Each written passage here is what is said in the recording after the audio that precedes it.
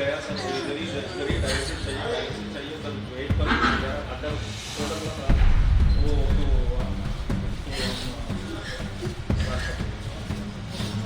अंदर भी जाने का होता है पैसा नहीं बस पैसे नहीं है फिर आपने उसका इलाज क्यों नहीं किया, रेफर क्यों नहीं किया? आपने उसको मारा ना कुछ जान के, अभी खुद बोला इन्होंने उससे आप पैसे के लिए बोला उसने, तो आपने उसको बाहर वेट क्यों कराया?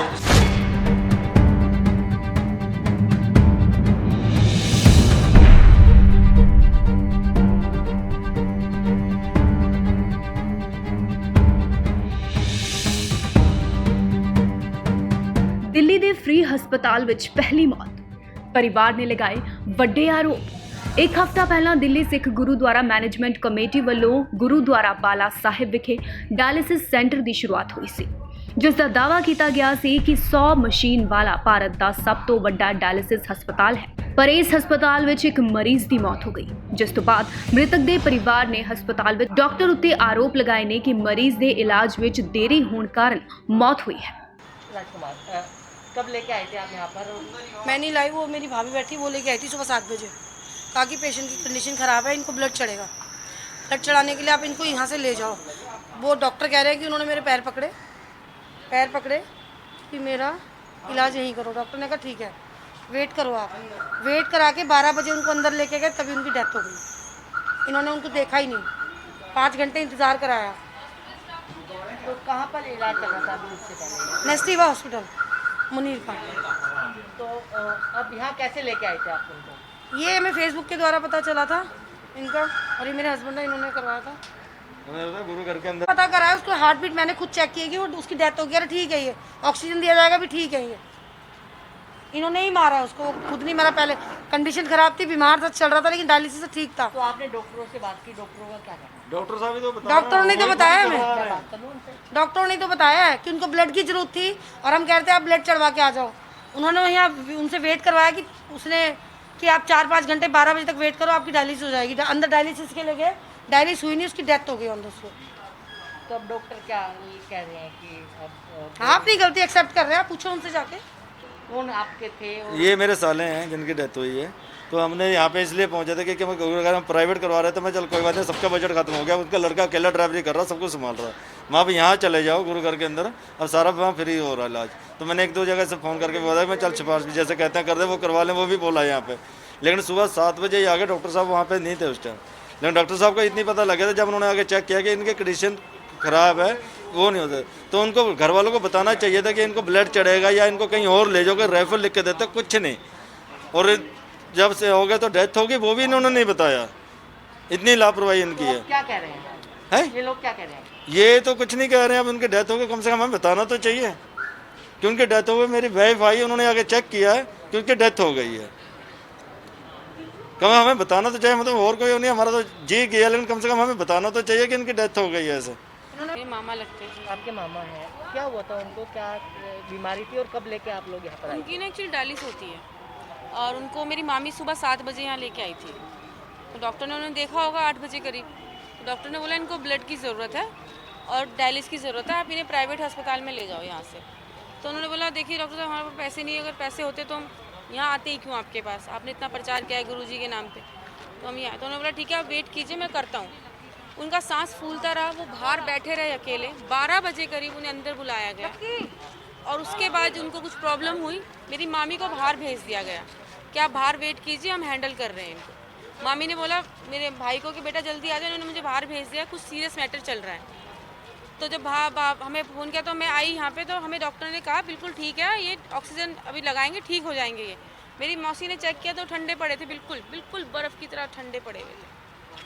कहने का मतलब ये है कि टाइम पे अगर उनको ब्लड चढ़ जाता और उनकी डायलिसिस होती है, 5 घंटे उनको बाहर नहीं बैठाया गया होता, तो वो आज जिंदा होते। डॉक्टरों ने अपनी केयरलेस दिखाई, उसकी वजह से उनकी डेथ हुई है, और डेथ होने के बाद हमें कमरे में बंद कर दिया गया। ਪਰ ਡਾਇਲਿਸਿਸ ਸੈਂਟਰ ਦੇ ਡਾਕਟਰ ਦਾ ਕਹਿਣਾ ਹੈ ਕਿ ਇਸ ਵਕਤ ਕੇਵਲ 30 ਬੈੱਡਾਂ ਤੇ ਹੀ ਮਰੀਜ਼ਾਂ ਨੂੰ ਦੇਖਿਆ ਜਾ ਰਿਹਾ ਹੈ। ਮਰੀਜ਼ ਬਹੁਤ ਜ਼ਿਆਦਾ ਆ ਰਹੇ ਨੇ, ਫਿਰ ਵੀ ਸਾਡਾ ਮਕਸਦ ਹੈ ਕਿ ਹਰ ਮਰੀਜ਼ ਦਾ ਇਲਾਜ ਹੋਵੇ।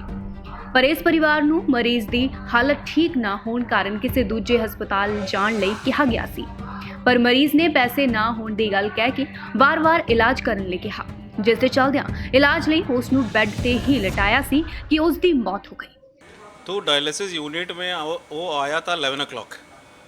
वो हम मशीन सब रेडी होने का कम से कम 1 घंटा हो गया हम रेडी करने का, मशीन कंडक्टिविटी में आने का, कैलिब्रेशन होने का, सेल्फ टेस्टिंग होने का, डायलिसिस प्राइमिंग करने का कम से कम 1 घंटा हो गया। हम उसको 12:30 उसको स्टार्ट करने का तैयार करने के बाद वो इसका पहले बहुत सीरियस कंडीशन था, उसका कंडीशन बहुत सीरियस था। वो मैं बोला था कि तू बाहर चले जाओ, दूसरा हॉस्पिटल में चले जाओ। वो बोला है मेरे पास 1 रुपया पैसा नहीं है, बस में जाने का पैसा नहीं है, एम्बुलेंस का जाने में पैसा नहीं है। मेरा पाँव पकड़ा, 3 बार पाँव पकड़ को बोला मैं मर गया तो भी इधर ही मरता है, मेरे को डायलिसिस स्टार्ट करो। ऐसा मेरे को बहुत ज़बरदस्ती किया वो, और इसलिए मैं उसको डायलिसिस स्टार्ट किया। डायलिसिस स्टार्ट करने का 5 मिनट में उसको मैसिव हार्ट अटैक हो गया। क्या लगता है कि जब इस तरीके के पेशेंट आते हैं तो उनके लिए क्या करना चाहिए, मतलब डॉक्टरों को आने वाले दिनों में तो इधर तो बहुत पेशेंट आ रहा है, बहुत सीरियस आ रहा है, इतना सीरियस आ रहा है। सब oxygen cylinder, high pressure oxygen cylinder लगा को ऑक्सीजन सिलेंडर का साथ आता है। वो बोल रहा है अभी डायलिसिस नहीं किया तो मैं मर जाता है, डायलिसिस करो, ऐसा करता है। हम क्या भी करके उसको बचने के लिए सोच रहा है। ऐसा पेशेंट तो डायलिसिस में सीरियस पेशेंट, बहुत डायलिसिस पेशेंट सब सीरियस रहता है, तो वो सब बार उसका कंडीशन वर्स्ट हो जाता है।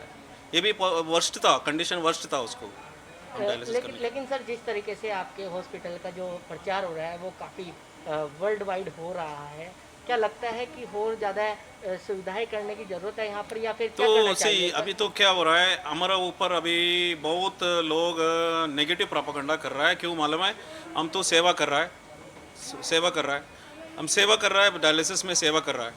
सो सब लोग क्या है अभी पैसा कमा रहा है पेशेंट का, अभी हमारा ऊपर क्या भी कर को ऐसा करने का सोच रहा है, नेगेटिव करने का सोच रहा है, तो ये बात है। तो क्या दूसरे जो हॉस्पिटल हैं वो भी ऐसा इसका आपके ऊपर जिस तरीके से आप आप इलाज कर रहे हैं लोगों का, क्या हॉस्पिटल भी इसका दुष्प्रचार करने में लगे हुए हैं? हाँ, बहुत लोग, मेरे को इधर ये डायलिसिस स्टार्ट करने का 1 दिन पहले रात को फ़ोन आया था, ये स्टार्ट किया तो मेरे को बहुत तकलीफ होएगा।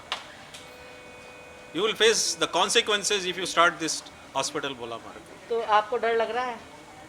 हम पेशेंट को बचने के लिए काम कर रहा है। पेशेंट्स अब कितना लोग सीरियस से डायलिसिस ले रहा है, कितना पेशेंट डायलिसिस ले रहा है सीरियस से, हम इसका बचने के लिए हम काम कर रहा है। अभी एक एंटी प्रोपेगेंडा आ गया तो हम क्यों डरने का, हम पेशेंट बच रहा है ना, क्यों डरने का। अभी तक कितने आप पेशेंट को जो है, अभी तक कम से कम हम 300 पेशेंट को डायलिसिस किया, 300 पेशेंट्स को हम डायलिसिस किया अभी तक। क्या सिर्फ आज जो है पहली मौत हुई है? हाँ, पहले मौत है। ਇਸ ਘਟਨਾ ਤੋਂ ਬਾਅਦ ਹਰਮੀਤ ਸਿੰਘ ਕਾਲਕਾ ਨੇ ਦਿੱਲੀ ਕਮੇਟੀ ਦਾ ਪੱਖ ਪੇਸ਼ ਕਰਦਿਆਂ ਇੱਕ ਵੀਡੀਓ ਜਾਰੀ ਕੀਤੀ, ਜਿਸ ਵਿੱਚ ਉਹਨਾਂ ਨੇ ਕਿਹਾ ਕਿ ਹਸਪਤਾਲ ਵਿੱਚ ਸਭ ਮਰੀਜ਼ਾਂ ਦੀ ਦੇਖਰੇਖ ਸਹੀ ਤਰੀਕੇ ਨਾਲ ਕੀਤੀ ਜਾਂਦੀ ਹੈ, ਪਰ ਕੁਝ ਲੋਕ ਹਸਪਤਾਲ ਨੂੰ ਬਦਨਾਮ ਕਰਨਾ ਚਾਹੁੰਦੇ ਨੇ, ਜੋ ਕਿ ਠੀਕ ਨਹੀਂ ਹੈ। ਵਾਹਿਗੁਰੂ ਜੀ ਕਾ ਖਾਲਸਾ, ਵਾਹਿਗੁਰੂ ਜੀ ਕੀ ਫਤਿਹ। ਅਸੀਂ ਅੱਜ ਖੜੇ ਹਾਂ ਬਾਲਾ ਸਾਹਿਬ ਉਸ ਹਸਪੀਟਲ ਦੇ ਡਾਇਲਿਸਿਸ ਵਿੰਗ ਦੇ ਵਿੱਚ, ਜਿੱਥੇ ਇੱਕ ਅੱਜ ਬਹੁਤ ਅਣਸੁਖਾਵੀ ਘਟਨਾ ਹੋਈ।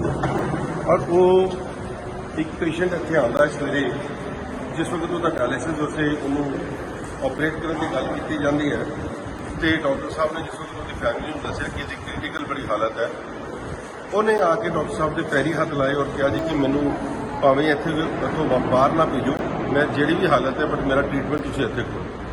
ਔਰ ਡਾਕਟਰ ਸਾਹਿਬ ਨੇ ਆਪਣੀ ਪੂਰੀ ਕੋਸ਼ਿਸ਼ ਕਰਦੇ ਹੋਏ ਜਿਸ ਤਰੀਕੇ ਦੇ ਨਾਲ ਉਸ ਨੂੰ ਲਿਟਾਇਆ ਹੀ ਹੈ ਹਾਲੇ, ਕਿਉਂਕਿ ਉਹਦੀ ਕ੍ਰਿਟੀਕਲ ਪੋਜੀਸ਼ਨ ਸੀ, ਉਹਦਾ ਹਾਰਟ ਕਲੈਪਸ ਕਰ ਗਿਆ ਔਰ ਉਹਦੀ ਅਚਾਨਕ ਮੌਤ ਹੋ ਜਾਂਦੀ ਹੈ। ਮਗਰ ਹਸਪੀਟਲ ਦੇ ਵਿੱਚ ਇਹੋ ਜਿਹੇ ਹਾਦਸੇ ਹੋਣੇ ਔਰ ਇਹੋ ਜਿਹੀਆਂ ਜਿੱਥੇ ਅਣਸੁਖਾਵੀ ਤਾਂ ਹੈ ਹੀ ਹੈ, ਮਗਰ ਇੱਥੇ ਦਾ ਸਿਸਟਮ ਹੁੰਦਾ ਕਿ ਹਸਪੀਟਲ ਦੇ ਵਿੱਚ ਇਹੋ ਜਿਹੀ ਅਣਸੁਖਾਵੀ ਘਟਨਾ ਵਾਪਰਦੀਆਂ ਰਹਿੰਦੀਆਂ। ਮਗਰ ਅੱਜ ਇਸ ਤਰੀਕੇ ਦੇ ਨਾਲ ਉਹਨੂੰ ਪ੍ਰਚਾਰ ਕਰਨ ਦੀ ਕੋਸ਼ਿਸ਼ ਕੀਤੀ ਗਈ, ਉਹਨੂੰ ਇੱਥੇ ਇਸ ਹਸਪੀਟਲ ਨੂੰ ਬਦਨਾਮ ਕਰਨ ਦੀ ਕੋਸ਼ਿਸ਼ ਕੀਤੀ ਗਈ, ਬੜੀ ਅਫਸੋਸ ਦੀ ਗੱਲ ਹੈ। ਅਸੀਂ ਦੇਖਦੇ ਹਾਂ ਕਿ ਜਿਸ ਤਰੀਕੇ ਦੇ ਨਾਲ ਇਹ ਮਾਨਵਤਾ ਦੀ ਸੇਵਾ ਕਰ ਰਹੀ ਹੈ ਕਮੇਟੀ, ਜਿਹੜਾ ਸਿੱਖ ਸਮਾਜ, ਉਹਨੂੰ ਬਦਨਾਮ ਕਰਨ ਵਾਸਤੇ ਇੱਥੇ ਜਿਸ ਤਰੀਕੇ ਦੇ ਨਾਲ ਅੱਜ ਇੱਕ ਸੋਸ਼ਲ ਮੀਡੀਆ ਦਾ ਲੜਕਾ ਜ਼ਬਰਦਸਤੀ ਹਸਪੀਟਲ ਦੇ ਅੰਦਰ ਵੜ ਕੇ ਇੰਟਰਵਿਊਜ਼ ਲੈਣ ਲੱਗ ਪਿਆ, ਡਾਕਟਰ ਨੂੰ ਧਮਕਾਉਣ ਲੱਗ ਪਿਆ। ਮੈਂ ਸਮਝਦਾ ਕਿ ਇਹੋ ਜਿਹੀ ਇਸ ਤੋਂ ਘਟੀਆ ਹਰਕਤ ਨਹੀਂ ਹੋ ਸਕਦੀ ਕਿ ਆਪਾਂ ਗੁਰੂ ਹਰਕ੍ਰਿਸ਼ਨ ਸਾਹਿਬ ਮਹਾਰਾਜ ਦੇ ਇਸ ਹਸਪੀਟਲ ਨੂੰ ਬਦਨਾਮ ਕਰਨ ਦੀ ਗੱਲ ਕਰੀਏ, ਸਿੱਖ ਕਮਿਊਨਿਟੀ ਨੂੰ ਬਦਨਾਮ ਕਰਨ ਦੀ ਗੱਲ ਕਰੀਏ।